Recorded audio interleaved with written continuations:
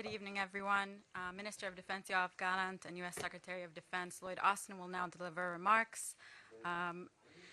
Please have your phones on silent if possible, starting with Minister Gallant. Please, Minister. Secretary Austin, the United States and Israel have never been more determined and aligned in our shared values, our shared interests, and our shared goals. My friend General Austin, you have shown the people of Israel and the entire world what it means to be a leader and a partner. There is no greater projection of our intimate ties than sitting together with General Brown and General Levy, discussing the most sensitive issues on the agenda in full transparency and trust. Thank you, Secretary, for your deep commitment to Israel's security. We stand here 72 days into a war that we didn't want. On October 7th, Hamas conducted a brutal attack. They murdered, raped, and kidnapped children, women, soldiers, Holocaust survivors. On October 7th, we fought back and immediately set the goals of this war: the destruction of Hamas and the return of the hostages home with no exception.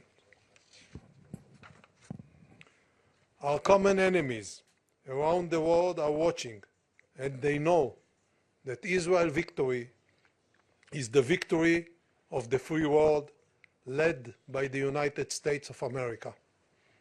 In our war against Hamas, the Hamas terrorist organization is a war, it's not a war against the people of Gaza. We are fighting a brutal enemy that hides behind civilians. Billions of dollars have been invested in Gaza, money that should have gone to civilian infrastructure and instead was used to build a network of tunnels hundreds of kilometers long, equipped by military facilities. Today, IDF troops are operating in Hamas hotspots across Gaza. In northern Gaza, our troops have eliminated thousands of terrorists, destroyed military infrastructure, and dismantled most of the battalions operating in the area. In South Gaza, in Khan Yunis, we are precise and focused on eliminate Hamas leadership and military infrastructure. Detecting and engaging Hamas leadership and the chain of command span over the phases of this war and will continue until we fully achieve our goals. Secretary Austin, we both know the complexities of war. We both fought brutal terrorist organizations. We know that it takes time. Unlike our enemies, we are defending our values and we operate according to international law. The IDF is operating to minimize the harm to civilian population. We are also working with international partners to facilitate the delivery of humanitarian aid. Yet, anytime we discuss humanitarian issues, we must remember the 129 hostages we held in Gaza. This is the most humanitarian issue. On October 8th, a day after Hamas attack, Hezbollah opened fire unprovoked. The threats of rockets, missiles, and drones is unacceptable. Over 80,000 citizens have been displaced, living as refugees in their own country. We are determined to create a new reality, restoring security in the area. based on UN Resolution 1701, pushing back Hezbollah. We will bring back the residents of the North to their homes on the border after full security will be restored. We prefer to do so via understanding, ensuring that the border region is clear of terrorists and does not allow direct threats of our citizens. If such a process will not be implemented diplomatically, we will not hesitate to act. Today, we also discuss the growing global threat posed by the Houthis terrorist organization. Their action threaten international freedom of navigation, and their reckless behavior, firing ballistic missiles, cruise missiles, and drones against Israel, can drag the region into war. The State of Israel values US leadership, and we will support international efforts. At the same time, we maintain the right to take all the actions necessary to defend our sovereignty and our citizens. Hamas, Hezbollah, and the Houthis are funded, supported, and trained by one source of evil, Iran. And unfortunately, this is only their secondary effort. Iran's major effort is acquiring military nuclear capabilities, and this continues even now. We are aware of their actions, and we are ready to defend ourselves. We must take a stand. The world is watching us now. This includes our enemies, Hamas, Hezbollah, and Iran. The image they see today is powerful as we stand here united. We are resilient and determined, and we will win on every front. Thank you once again, Mr. Secretary. Thank you for coming, and thank you for your support and your friendship. Thank you very much. Well, good afternoon, everybody. Yoav, we've been talking almost daily by phone, so it's good to see you once again in person. And it's good to be back in Israel, even in these difficult days, especially in these difficult days. This is my fourth visit to Israel as Secretary of Defense, and my second time since October 7th. And I know that Israel has been profoundly changed from where you were on October 6th. So I'm here with a clear message. America's support for Israel's security is unshakable. And Israel is not alone. At a time of mourning, a real friend shows up. And I know how terrible these days have been for the Israeli people. And I know that October 7th touched everyone in this small democracy. So let me again extend my deepest condolences to Minister Gadi Eisenkot, who has been sitting Shiva for his 25-year-old son and mourning his nephew after they both fell in Gaza. On October 7th, Hamas committed one of the worst atrocities in the history of modern terrorism. As President Biden said, it was an act of sheer evil. Innocent young people at a concert were massacred. Parents were shot in front of their children. Women were sexually assaulted. Toddlers and Holocaust survivors were taken hostage. And for Hamas, that was just the beginning. Hamas has clearly and loudly spelled out its vision of the future. And it is to repeat October 7th over and over and over again. No country should tolerate such a danger.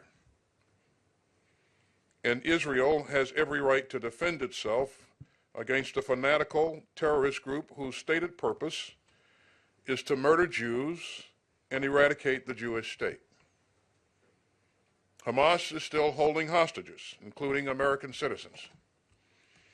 Hamas embeds itself and hides itself behind innocent Palestinian civilians. Hamas does not speak for the Palestinian people, and Hamas is determined to doom both Israelis and Palestinians to an unending cycle of suffering and strife. So make no mistake, Hamas should never again be able to project terror from Gaza into the sovereign state of Israel. And we will continue to work together for a safer, more secure future for Israel and a brighter future for the Palestinians.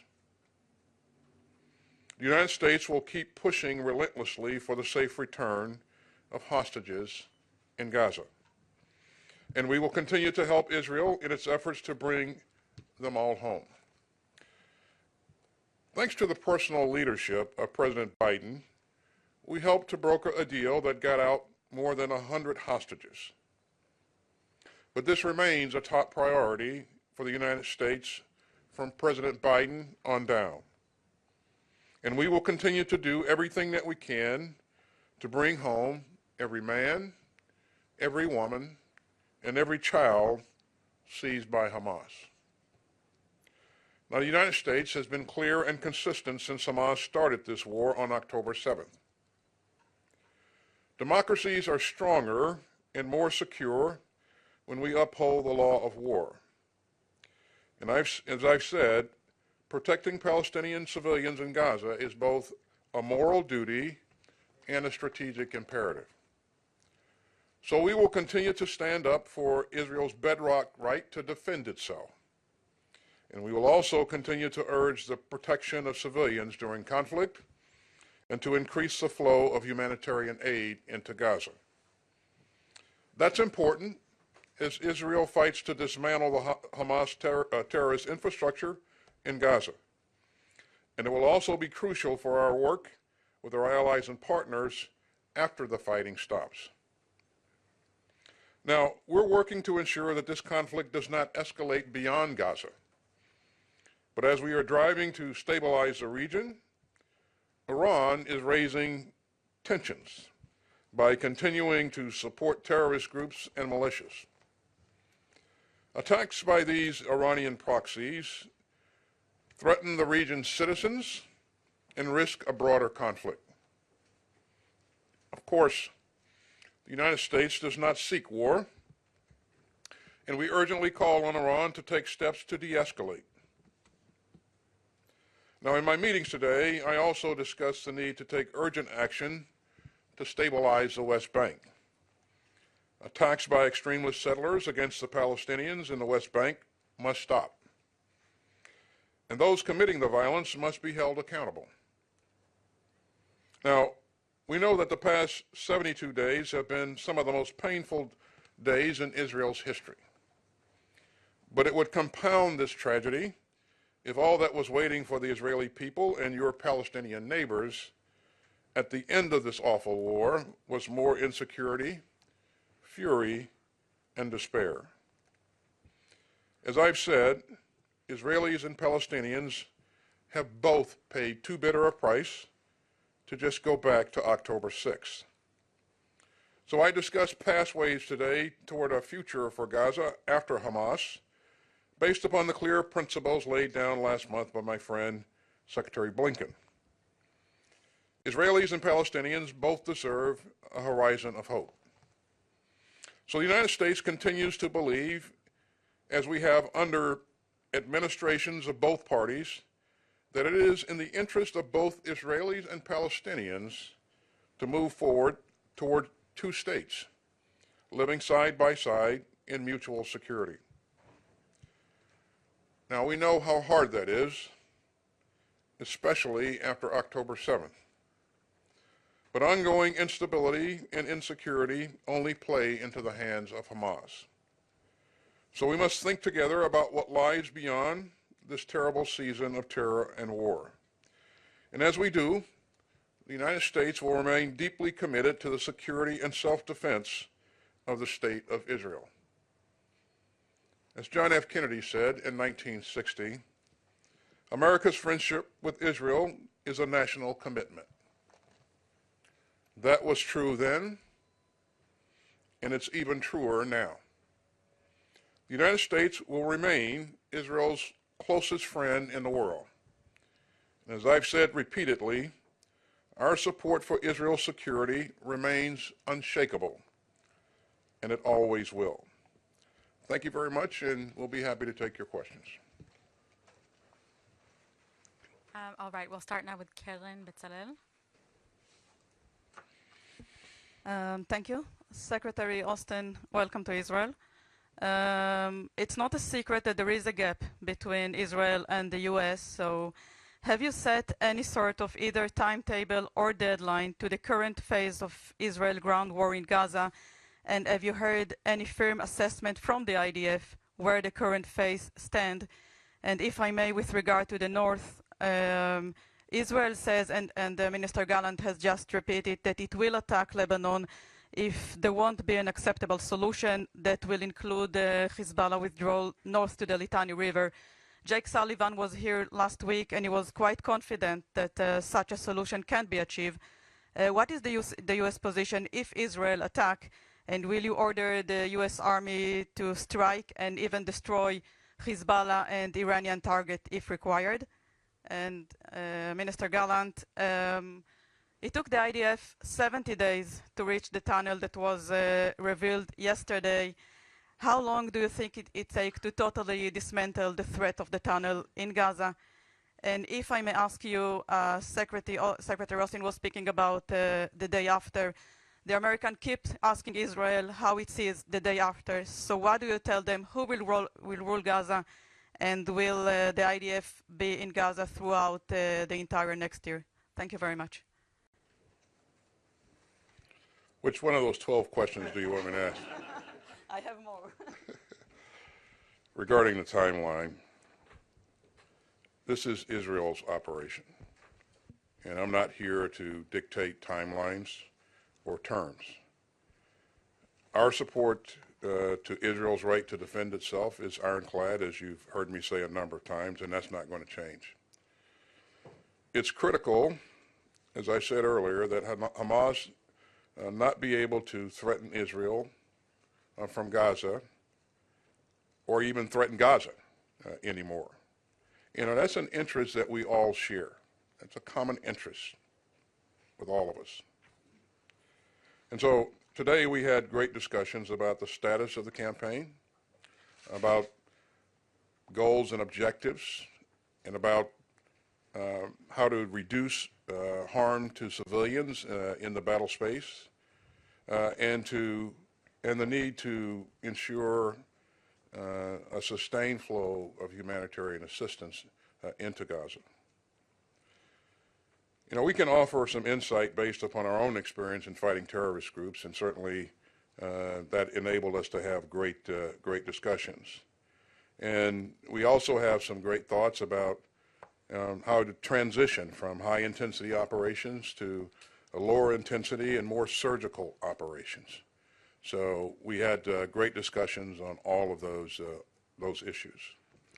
On Lebanon, we've been clear that we don't want to see this conflict widen into a larger war or a regional war, and we call upon Hezbollah to make sure that they don't do things that would provoke a wider conflict. Yes, as to the first question, let me be more precise. It took us 70 days before we exposed this tunnel to the public. It was discovered longer period before that, after a month or so. But we had a lot of operations to be done inside the tunnel before we expose it. The war will take time, and I can assure only one issue, that eventually we will reach our goals. First of all, to destroy Hamas. Second, to rescue the hostages. Both of them are very important equally. This is a war of national determination and national resilience, and we will prevail because we are fighting for the right values and for our survival in this region. As to the second question, we understand how important is the cooperation, the international support to establish something different in Gaza. This is the reason we conduct this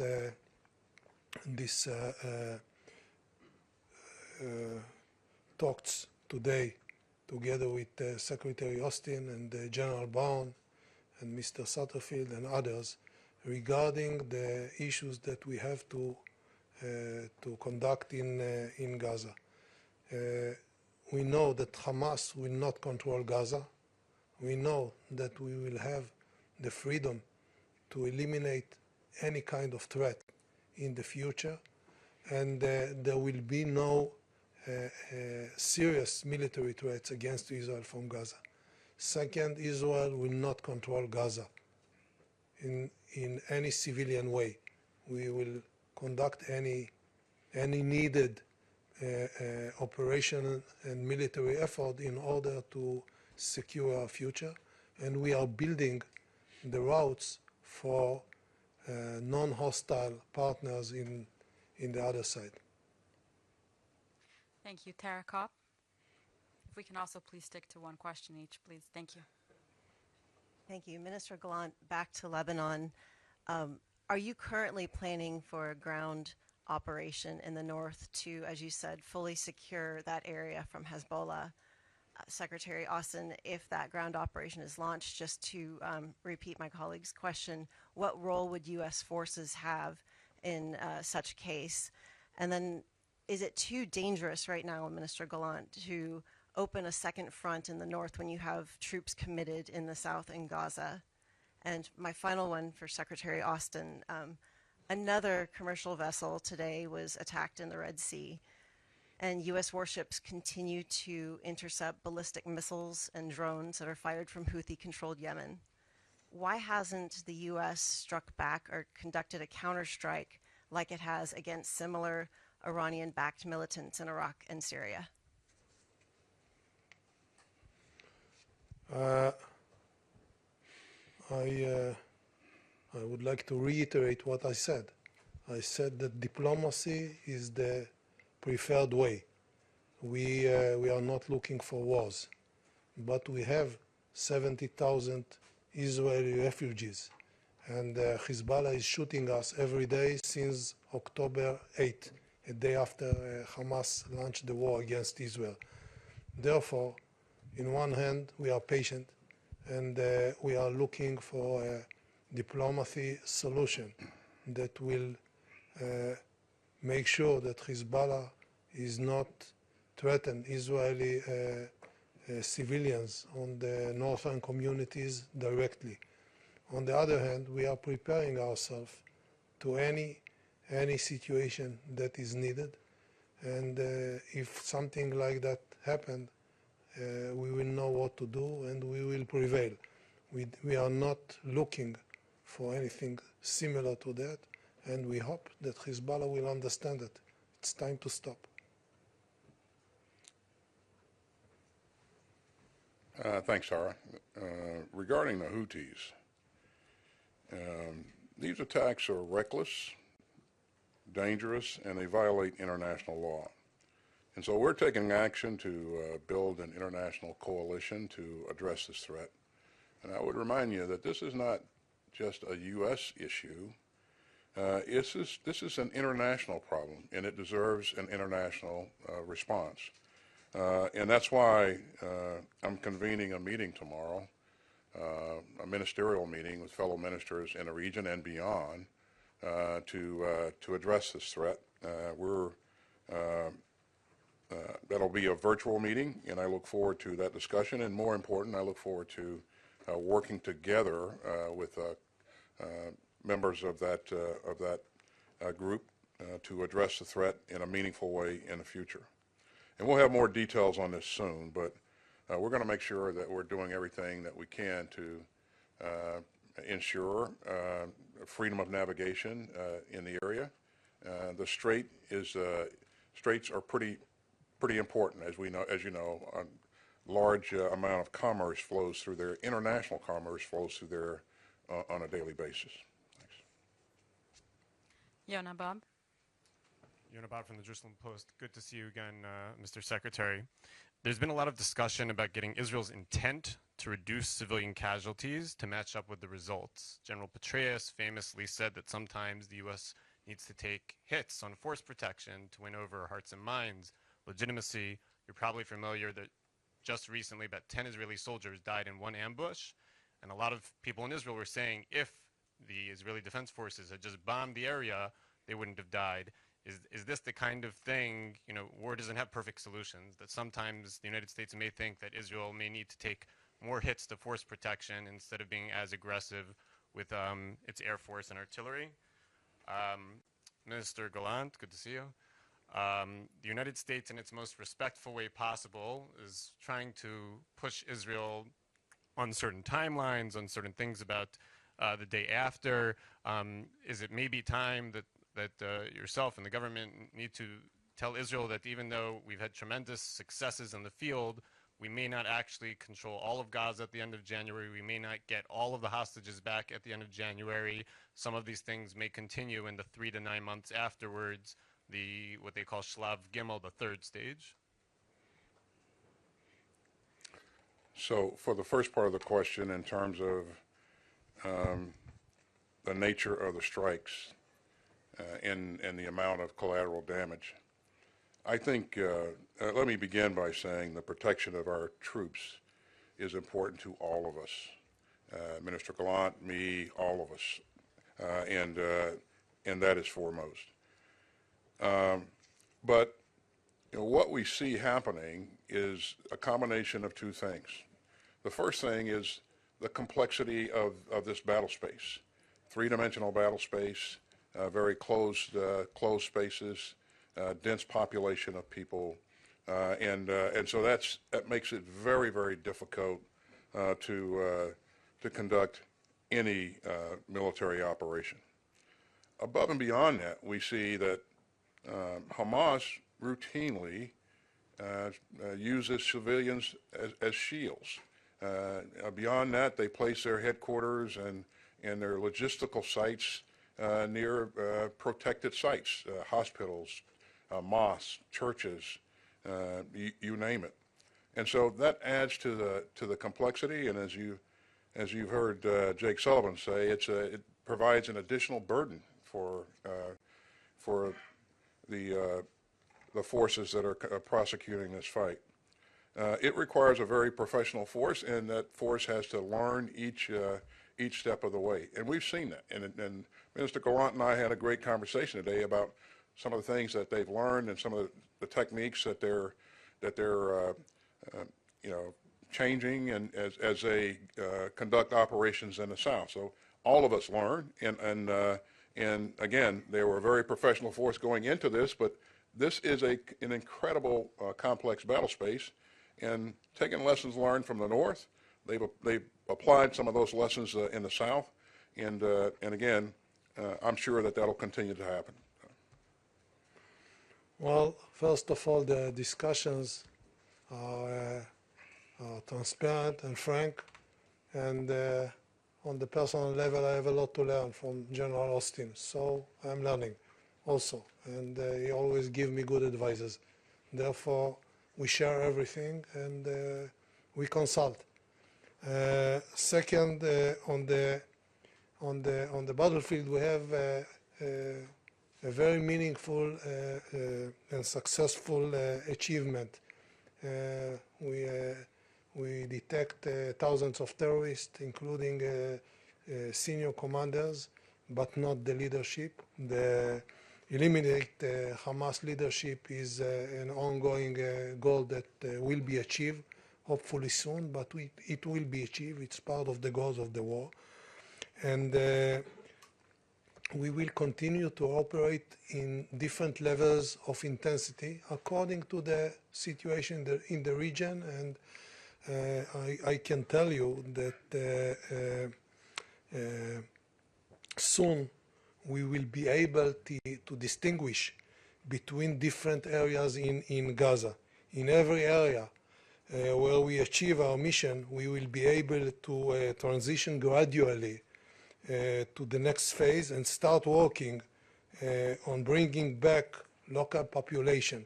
That means that it can be achieved maybe sooner in the north rather than in the south. So we are dealing with all the different components, and we will decide in the next future, early future. Like in Beit Hanun? No, I'm not defining any region, and this is an ongoing discussion. But I give you an idea about what we are discussing in the Israeli military establishment and together with the Americans. Moshe Gaines. Thank you. Moshe Gaines with NBC News. Minister Gallant, what are the benchmarks for moving to the next phase of this war? Does that mean that you have to take out top Hamas leadership to be able to move on? And what specifically is keeping Israel from moving to more precise and targeted operations against Hamas? And then Secretary Austin, based on your experience in Iraq and what you discussed today, what metrics should Israel be using to know that it's the right time to transition from major combat operations? And what are the risks, particularly to civilian protection? And lastly, would you say that Israel is on track for a strategic victory in Gaza?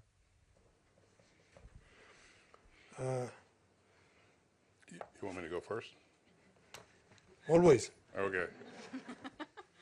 Well, Moshe, I will. I'll let Minister Gallant speak to the elements of their campaign and how they're going to conduct operations. But I would tell you that, we all know that any military operation, any large-scale military operation, will have phases to its campaign. And as you go from one phase to the next, your stance shifts a little bit, your activity shifts a little bit because you begin to focus on different things. And what those things are, they'll be defined by the Israelis. But as you transition from one phase to another, it doesn't mean that that doesn't signal an end to the operation. It sometimes means that you're being more precise, you're being more focused on a specific target set. You're doing different things during that campaign. For example, in one phase, you may have higher intensity fighting, both air and ground. In another phase, you may shift a little bit and then provide more humanitarian assistance while still focused on a discrete set of targets. Again, I'm not saying that that's what they would be looking at going forward. I will let the Israelis define their campaign and the phases of the campaign for themselves. But in any operation like this, any campaign, there will be phases, and the most difficult part is as you shift from one phase to the next, making sure that you have everything accounted for and you get it right. So that requires detailed planning and very thoughtful planning. And sir, over to you. Thank you. The goals are the goals for the war. That means that by the end of the war, as long as it takes, we need to make sure that we have our hostages back, that we eliminate the Hamas abilities, and that include destroying Hamas military capability and its ability to govern in Gaza. And it have certain parameters, including the amount of battalions that we need to dismantle, and the chain of command and the supreme military leadership and so forth and so on. The phases are the technique which is part of the plan that we have to deploy in the area in order to achieve our goals.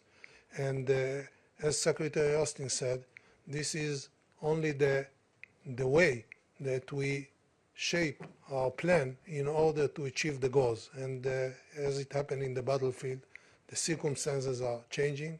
You change your efforts and you do something different in a different phase. And the intensity in the first phase is given, but in other phases we will concentrate on certain issues. For instance, the engaging and detecting the supreme leadership of Hamas and others. So all in all, there is no clock that is running, and we have to obey a certain day. But we need to get to different performances on the ground before we move to the next phase. And I believe that we will find a proper time to do so. And the most important issue, as I mentioned in the beginning, we will prevail. We will dismantle Hamas. Otherwise, we will not be able to exist and live in the way we want to live in this region, because there is a price to deterrence, and they need to know that if they kill or kidnap 1,500 people, including kids and women, this is the end of Hamas. Thank you very much, everyone.